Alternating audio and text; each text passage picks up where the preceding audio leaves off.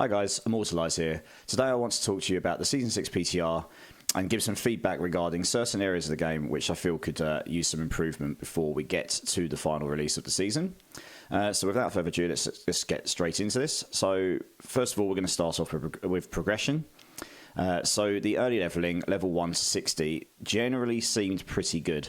Except for the exploits that are known and have been said they're going to be fixed, you're pretty much going to level up what seems to be slower than before.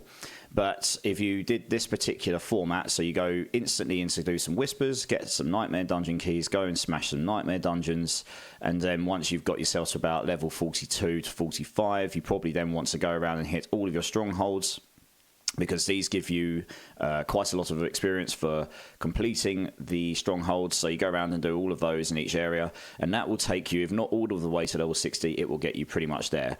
So if you do that format, you will pretty much get from level 1 to 60 in a good amount of time. You can go and do anything else in the game you want to level up, but this is probably going to be the most optimal route. I feel this is okay, to be honest. I mean, it's given some purpose to nightmare dungeons, but doesn't mean you've got to go and do one specific one.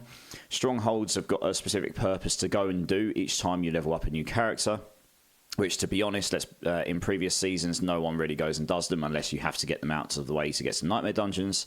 So I think this is probably their original intention here, to actually make them to be something you want to do during that leveling process, but it's never really been the case. So now you go do them, you complete them pretty quickly, and then it'll give you a nice bump XP. The reason we'll wait till later in the leveling to do this is because it gives you it relative to your level, I believe. So once you get to level 45, you end up getting a lot more XP there. And it gives a little bit of purpose to your whispers straight up to start with. And after that, you're getting into the Torment grinds, Torment 1 to Torment 4, and the pit grind. So you need to do a tier 20 pit to be able to get into Torment 1 to begin with. And then after that, you're going to go through the process of going increasingly up in Torments. You increase your power. You start dropping glyphs for your Paragon boards. You can level up your glyphs through completing pits now, similar to Diablo 3 with their legendary gems. And at the end, as long as you've done a pit that's high enough level, you'll be able to pump a bunch of chances into your glyphs to level them up, and they get more powerful. At level 15, they expand like they did before. They also now turn into legendary glyphs at level 46, which brings with them some, in most cases, pretty significant increase of multiplicative damage. One thing I will say on the legendary glyphs, though, is the variety of them. If I look, I mostly played Sorcerer on the PTR, and to be honest, there are still a number of glyphs on there that just feel extremely dated, and I'm sure this is probably the same for a few of the other classes. They just feel very underwhelming compared to the others, and this pretty much transcends across to the new bonuses as well. For example, one thing I think that's very strange is the multiplicative bonus for non-physical damage is exactly the same as the multiplicative damage to cold damage on a different glyph. If it's more specific, you would have thought it should be bigger to make it more attractive to use for certain builds. So cold could be twice as big, for example. Fire could be twice as big, but non-physical covers all three elements, which plays really strongly into the new key passive, which I've seen is pretty much being used on every single build right now in the PTR and at Sorcerers because it's that good. So this is something I think they could work on. Also, they probably just need to go over the glyphs and remove some of the additional bonuses that just aren't that useful in the end game. For example, Enchanter on Sorcerer gives you plus maximum resistances. If you're going to use something like the Tyrell's Might, it's completely and utterly useless to you, but you want the rest of it. So there's probably some work to be done here, but the new legendary bonuses are very welcome. They give you an extra expansion that gives you more choice of which routes you want to use. It also means you've got a lot more longevity on actually leveling up your glyphs, which gives you something to strive towards and some extra power to gain as you keep going up those pit levels all the way to the very end. So I think this is a good change overall. I just think there's probably some improvement there to make. This also plays into the new thing they're going for, the stat squish. So for the most part, I think they were successful here until you got to the very end game. And we've all seen the videos recently of people doing absolutely insane, infinite damage and all this kind of stuff. This is obviously where it's completely failed. But during the leveling process, the stat squish generally seems to work okay. So it's all relative at the end of the day. Everything felt kind of the same, just all the numbers were a bit smaller, and that's great. So if they can solve the end game problems, then overall I think this has been successful otherwise. Really, we do not want builds to be doing billions of damage, millions at maximum, if that, because it just creates numbers that are so big on screen and so many of them, you just can't see what's going on. So the smaller the better, as long as it's all relative. But yes, we'll see what they can do. But overall, I think the stat squish was a good idea. I think they just need to go back and look at the implementation and try and work out how to fix the inherent issues that have been shown and with all the breakings in the PTR. This brings me on to a bit of controversial topic here, ancestral items. So the ancestral items in the past were just your top tier of items, and they dropped pretty much all the time, and then you got greater affixes, which dropped slightly less at a time, but you could go farm them from bosses, tormented bosses, all sorts. So ancestral items now always roll with a greater affix, and they're a lot rarer to get, and they are significantly more powerful for a multitude of reasons. One, if you get a weapon that's ancestral against a weapon that's not, you get an extra 50 item level power of damage on it. That's huge. You can temper it twice rather than once. You can only master non-ancestral items once, and you can only masterwork to 4 out of 12. So getting an ancestral item really can be just an insanely significant boost. And on top of this, your aspects can also level higher on ancestral items. You can get an extra 5 tiers, I think it is, of them. So if you drop an ancestral item with aspects on it, you can get a stronger aspect too. So they just generally are a lot more powerful. So one of the issues here I found with ancestral items and with the progression here was when I got to about pit tier 63 on a non-broken build, I really started to hit a wall, a bit like the walls you'd expect to see in a free-to-play game, where it's extremely grindy. You don't know exactly what to do next to get that extra bit of power to get into the next tier. You don't know where to go to get your ancestral items because they're just dropping so rarely. And really, that was the only option I had. All of my gear, except one thing, was non-ancestral. And I could only get 1 temper. I could only masterwork to 4. It was all masterworks. It was all tempers. There really wasn't much else I could do. And once I got a couple of ancestral items, I instantly blew straight into Torment 4. So I think they could probably work on where you go to get these, or make them a little bit easier to obtain once you get slightly nearer to Torment 4. I think the drop rates as you go up the Torments probably needs a little bit of a tweak. I think that's the big issue here. To make it a little bit more rewarding, the higher up you do the pits. At the moment, the pits do not drop that much loot at the end of it, and that's one of the issues. If you go to Diablo 3, it showers you with loot. They should probably just double the amount of loot that pits drop to make them even more worthwhile doing, since that's where they're focusing your progression being, and they want you to go and do this in the end game. But also that would then give you twice as much chance to drop ancestral items, just because of the double amount of items you get. So that could be one way you could go approach fixing this. But yeah, I've heard it from a few other people as well. Ancestral items really was a big hurdle, and it just didn't feel good when you got to that stage. So I think if they fixed that, the progression overall, all the way up to the end of tier 4, was actually pretty good for a non-broken build, non-exploited build. It felt pretty good, actually. So there's not if they fix that, to me, that was the one big issue. This leads us on to Masterworking. Masterworking generally is fine. You only get Obgisite now. You don't get the other types of materials like Neothyron and English, so it's just easier to understand. You now can get this in multitudes from Nightmare Dungeons, from killing anything in the dungeons, elites, normal enemies, you name it. So this gives a purpose to Nightmare Dungeons in the endgame. This is a great change, to be honest. And if you've got a speed farming build, you can just speed farm these Nightmare Dungeons. You just want to clear the whole dungeon. You're not speeding through to get to the end, just to get as much Obgisite as possible. This is great. It feels good. The only issue here is you can only masterwork up to 4 on non-ancestral items. So that kind of plays into the previous point. So one thing they could do to ease that curve between tier 3 and tier 4 is to allow non-ancestral items to be masterworked a bit more, maybe to 6, maybe to 8, just to get a little bit more power. The other thing they could do, if we lead on to the next point, which is tempering, they could allow you to temper twice on non-ancestrals and still leave it a masterworking to only 4. So you're giving a little bit more power to non-ancestrals, but ancestrals will still feel like a big step up. It'll be one or the other. I probably wouldn't do both at the same time. So you can still feel like ancestral items are a big boost up. But this would allow them to get that extra bit of power, which would probably just smooth that curve a little bit. But overall, I think Masterworking is in a good place. Tempering, and I've got in brackets here, still bad, is pretty much as bad as it was pre-Season 4. And the reason for this being, because you're not dropping ancestral items very much, you are no longer getting your extra rolls from the greater affixes. So that gets rid of what they did last season, which is the more greater affixes you get, the more rolls you get on it for tempering.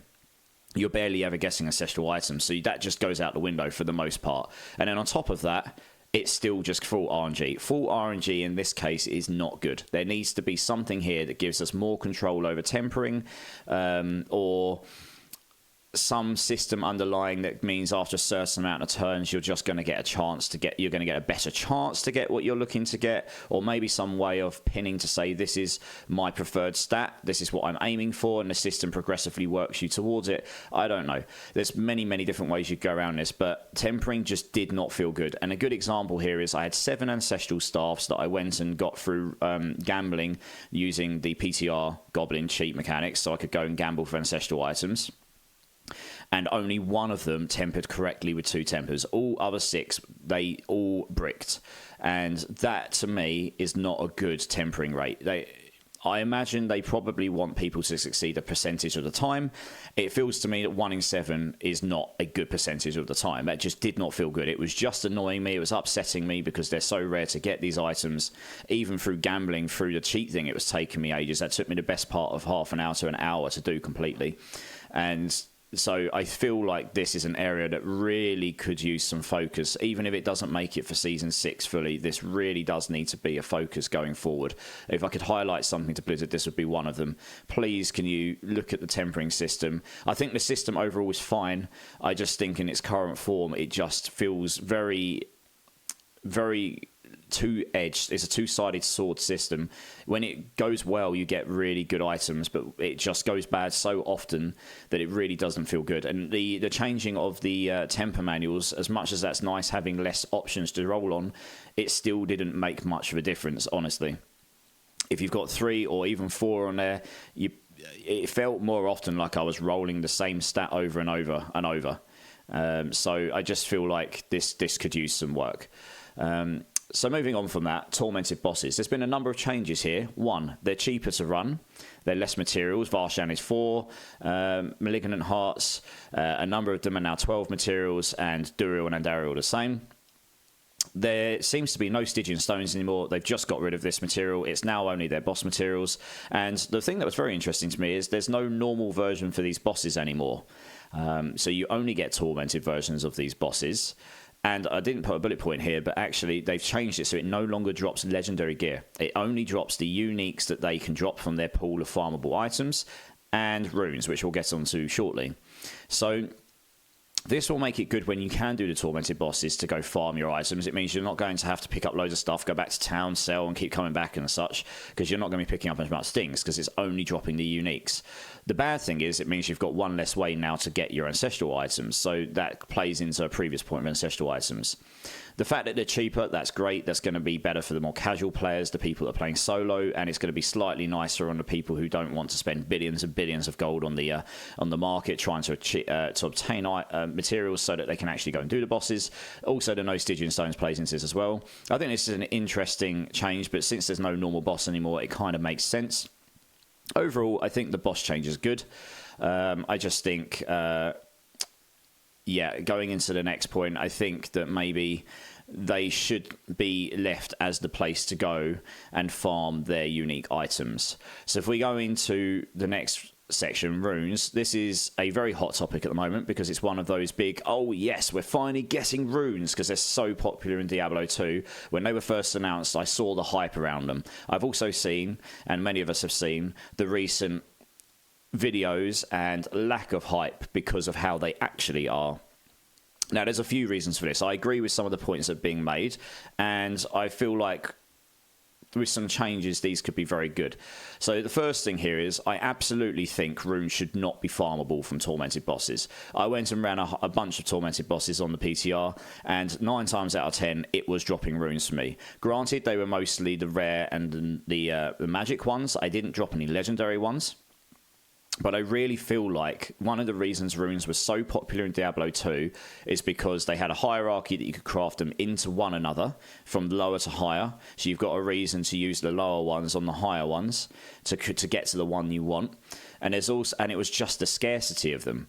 The super high ones were so rare that when you dropped it, it created such a wow moment. It made you feel amazing, and you knew you either got this one thing you needed, or you had something so rare that you could go trade it for absolutely anything you wanted to someone else. You could get what you wanted with it. So I feel like runes here, they are trying to make runes here more modern. I get that, but I feel like they've moved so much away from what made runes what they were in Diablo 2 that they've lost the identity of what made them so popular in Diablo 2. The rune words themselves were good in Diablo 2, but they are the thing that broke the game. The scarcity of runes, the fact that they're consumable, the fact that they can be crafted into each other from low to higher, those are the things that made runes so identifiable in Diablo 2, and those things really would improve runes in my opinion. Doing lower ones into higher ones, you've got a purpose to want every single rune in the game all the time. As I say, make them consumable, because if you've got 90 of a rune and you've got no reason to use them much other than to go and gamble them for a higher one, I think the concept of gambling for higher ones, I don't know if I like that personally. I'd prefer to have it so you've got a lower one, you can't gamble it for a really high one, you have to work them upwards. It means that it gives the higher ones way more weight, so that the higher up runes have got far more weight to them. It also means that you've got just much more value across the board. So some of them are going to be super valuable because of what they can do, but some of them are just going to be really valuable because of what they can then lead towards. Making them consumable is a personal preference here. I feel like it then means you've got a choice. You either use it and it's gone in that item, or you trade it to get something you want. But making it so you can just take it in and out as you like, that's better for casual players for sure. But it definitely doesn't lead towards an economy for runes.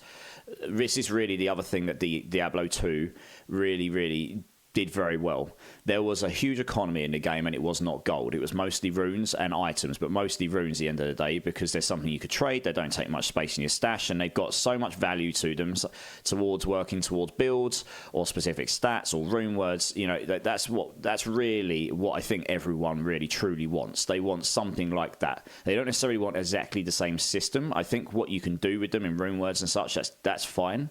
Being able to craft your mythics and stuff, I think that's fine. But I think the whole system economy out of the runes, that could probably use some work myself, from my personal opinion. But I am a huge Diablo 2 fan. I imagine some people, more casual players, would probably disagree with me, and that's fine. Feel free to leave some comments in the comment section for the video, and let's discuss. I'm all down for ideas, but I feel like that could probably use some work. Secondly, at the moment, most of the runes do feel extremely lackluster. There are very obvious two and the very high ends that are just pretty much, if not the only two go-to, are the two go-to, because they increase most builds' damage. There are a few other alternates you could use in order to get utility, or maybe one of those other top two don't work on your build because you're not a crit damage build. But generally speaking, most of the runes felt extremely lackluster. Most of the offering gaining runes, to be honest, didn't really make sense in most cases. Like the biggest offering, 1 for 1,000 offering, requires you to get crowd controlled or injured. Like no one really wants to get crowd controlled or injured in this game, and you don't want to rely on triggering one of your other runes based on this, for example. So I feel like those could probably just use a rework on how they function in general. Some of them were fine. They worked fine for builds, but others, to be honest, they were so narrow-minded. There were a lot of builds that probably wouldn't have been able to generate the offering quite as well if you weren't using a core skill, for example. So overall, I feel like runes, as a concept, is good. But I feel like the economy of them could use some work, based on how they're used and how the choice of them and how you obtain them. I think dropping runes in the wild being able to drop them from bosses is fine. I think making it so that 9 out of 10 tormented bosses dropping them is not good. They shouldn't be dropping that often. They should be like you got in Diablo 2. You kill Andariel in the highest setting over and over again, and you would drop runes, but lower runes, but not 3 or 4 a run. I was getting 3 or 4 runes a run on most cases. It's very rare I didn't drop one at all. So I feel overall runes could just use a little bit of nurturing here. But hopefully by the time the season comes around, this will be better. And just a note here, guys, runes are expansion only. So I know that's very controversial, but I think that's fine. They've worked very hard on the game, and runes probably plays into the whole concept of the expansion coming anyway and how it works. So let's wait and see how that ends up being with the expansion going. But I think overall that's okay. Class mechanics is the next section. So this is really just a highlight that at the moment there are specific class mechanics, one of them being on Sorcerer, the Conjuration Mastery node, and specific aspects that go with that have no caps on them, or caps that are just significantly multitudes higher than many of the other nodes. So I'll use an example here, and this is not me wanting to have builds nerfed, it's just to highlight just the significant power creep difference between certain class mechanics and other class mechanics. So for example, the Conjuration Mastery node was changed, so it's capped at 30. And that was unlimited before. So that's a good change. That absolutely should not have been unlimited, especially since previously they have capped a lot of different legendary nodes and other mechanics. The problem is 30 Conjuration Masteries really is too high still. I even said that when I saw the patch notes. 20 is probably a good number.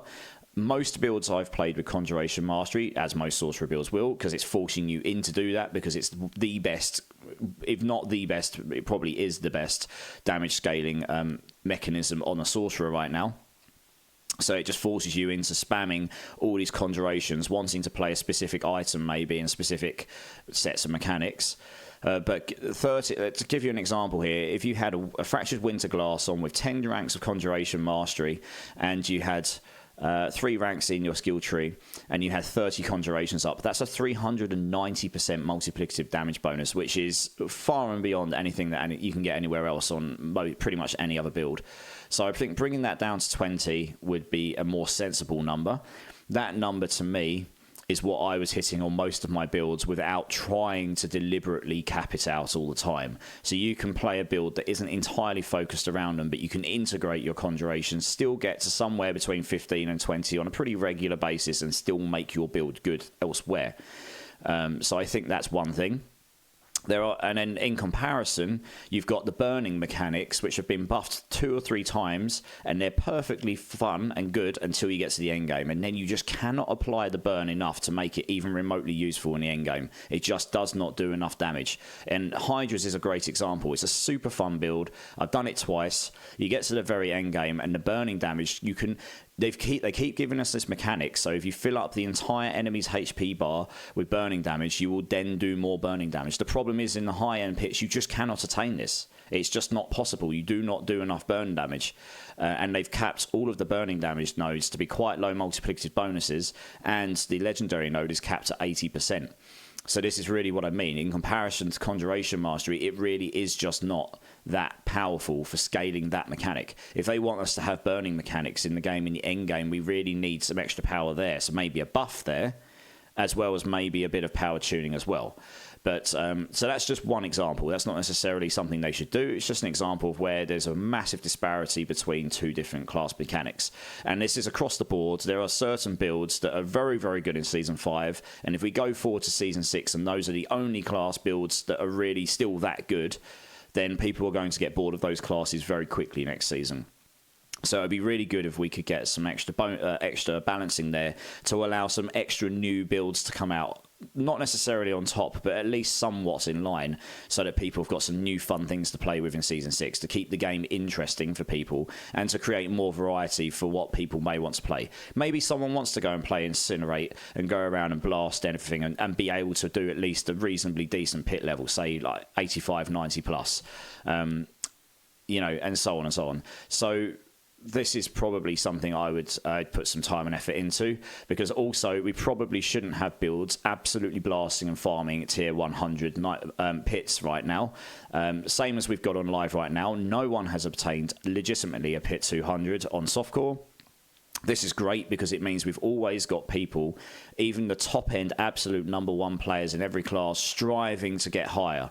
And that means people have always got something to strive for. If everyone's just blasting and farming tier 100, it's going to become exactly what Diablo 3 did, which was a great game, except once everyone had hit 150, they were like, right, what now? There's nothing left to do. Go make a new class, do the same, and so on.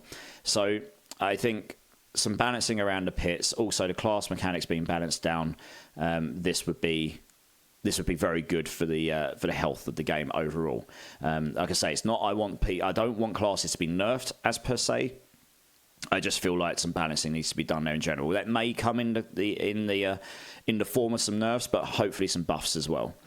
This kind of plays into point 9, power creep bugs. We've obviously seen the infinite barb damage and various other stealth barb earthquakes and you know, the sort of the dance of knives build just flying through the top tiers and just absolutely destroying it without even half its gear on, and so on and so on. Some of that might be class mechanics, some of it may be power creep bugs.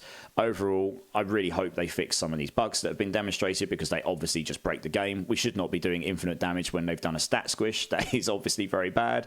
So hopefully those will be fixed anyway, for the most part. They won't necessarily get everything, but hopefully they'll get a good number of them, and then it'll make the health of the game better. So this brings me on to point 10, and this is a personal gripe, but I found this to be a real problem in the high end when I was pushing higher pits on some of the builds. So there's been multiple times where we've been told crowd control across the board has been reduced. This does not feel the case in the PTR whatsoever.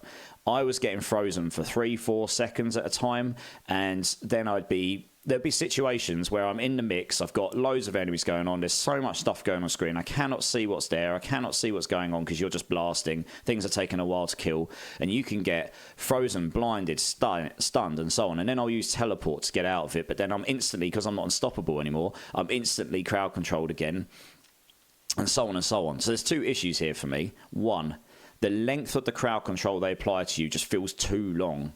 Personally, it was literally 3 or 4 seconds every time, unless you've got impairment reduction on, which is fine. And I even had impairment reduction on some of these builds.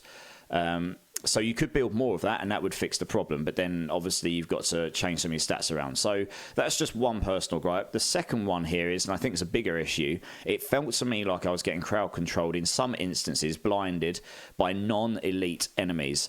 I kind of feel like non-elite enemies should not be able to crowd control you, because if they are right now, it's extremely difficult to know what is crowd controlling you and why. There were certainly a lot of instances where I got crowd controlled and I was not sure what hit me with it. I had no indicator to say what was coming. The ones the elites do, like the cold explosions or the fear circles, although they're not always the easiest to see when there's lots going on, they are templated, they are choreographed on the floor. But if normal enemies are doing a stew and they're not showing templates, then, you know, this is not good. Because it means you just cannot do anything about it other than out-gear it, basically. Skill just goes out the window. Or you just play a build where you're just permanently unstoppable or near enough there so you don't have to worry about it, which pretty much funnels you down the route of taking the likes of teleport. And it means there's an aspect on Sorcerer right now where you can get massive damage increase with no defensive mechanics on your hotbar, but no one's ever used it because you always need to take at least one defensive skill, because you just, even with all the defense upgrades, you just die all the time.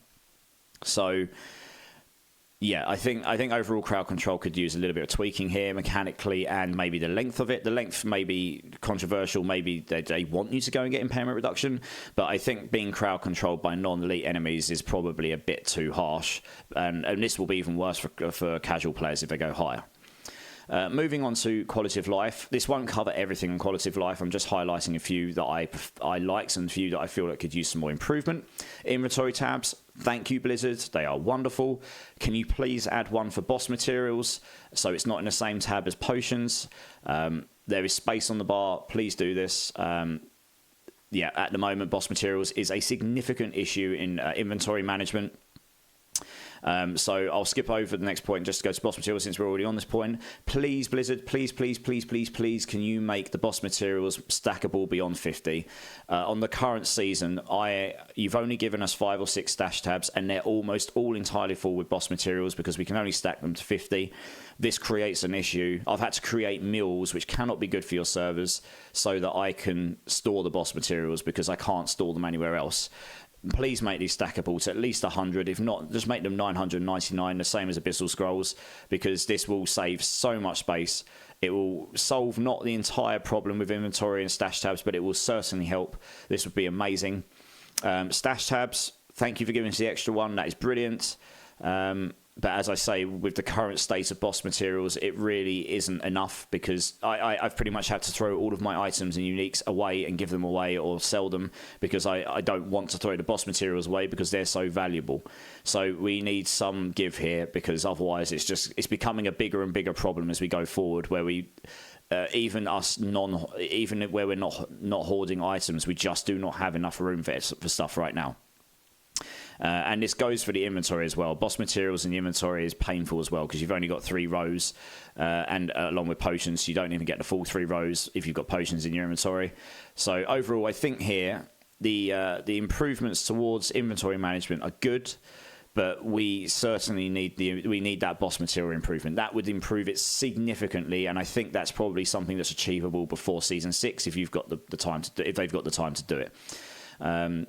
The favorite and the other one I want to highlight, because this is just something we've all wanted for ages, is the ability to favorite a town. So you can teleport back to your favorite town all the time, whether it's Kyovashad or Kelbardu or wherever you want to go, really. This is fantastic. So this has been long waited. Thank you very much, Blizzard. That is awesome.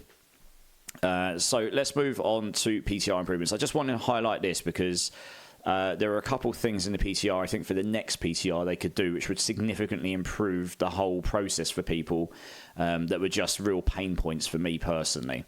So it was great that we had a couple of days of just leveling, not using any of the cheat mechanics. I thought that was a really smart idea, and I liked that because it actually forced everyone to do some leveling. That's great. I enjoyed that.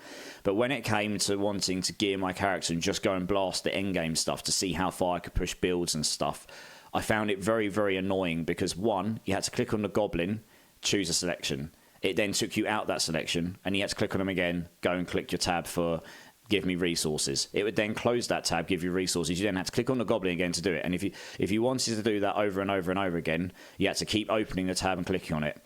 Also, it would only give you, say, 1,000 Obdusite each time. So you had to do this 30 or 40 times to go masterwork something properly. So it was just really painful. That just took a lot of time. I feel Blizzard could probably go and take this system and make it so you can give yourself way more resources, or just make it even better so you don't have to keep going in and out of the menus. It just added a level of friction you didn't need. Secondly, I found it a bit strange that when you gave yourself legendaries or uniques from the cheat goblin at max level, at over 200 paragon levels, that it still only gave me item level 600 to 650 items, and never ever gave ancestral items either.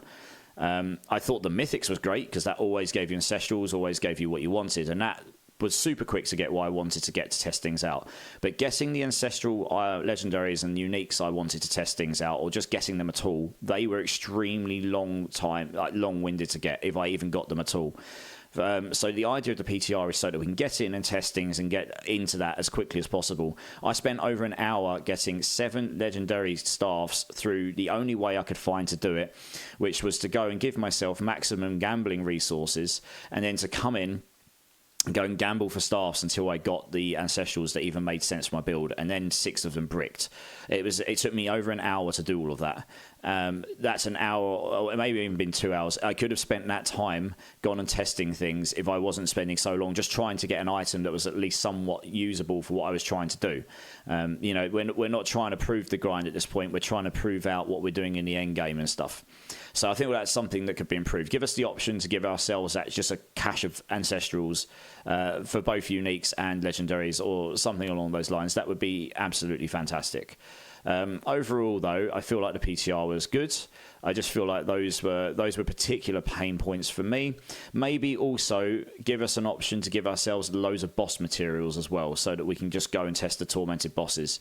because otherwise we've got to go out and farm them. Again, that's just more time. We're going out and spending time doing things that we're not actually trying to test right now. So these are extra tools they could give us that would just improve the whole system overall. But hopefully they'll strive towards this in some form or another before the next one. So overall, guys, we've gone through a whole load of things there, and that by no means covers absolutely everything. I just wanted to cover some top topics from me. I feel the PTR went pretty well overall. I think most of the changes and what they're striving to do, the difficulty changes, the progression changes, the stat squish before the end game, the driving people to go and do the pit, which is way better than the current season. I don't like the pit in the current season. I don't mind it in this in what's coming, and the quality of life changes and so on. And runes as a whole, if they can make some improvements to the overall of them, I think overall it brings a package that's going to be really fun in Season 6. And we haven't seen half the game yet if you've got the expansion, because there's going to be a whole load of new extra endgame mechanics coming. There's going to be a whole new class coming. We've still got hordes that we haven't seen, so that may improve the item acquisition issue that we've seen already. But overall, I think Season 6 is okay. But there is a number of areas here that could really use some work. They've got just under a month to do this. So I've got high hopes for Season 6 overall. Guys, let me know in the comments below what you think. And if you haven't hit the subscribe button and you'd like to see more content in future, please be sure to do that, because I'd love to hear from you again.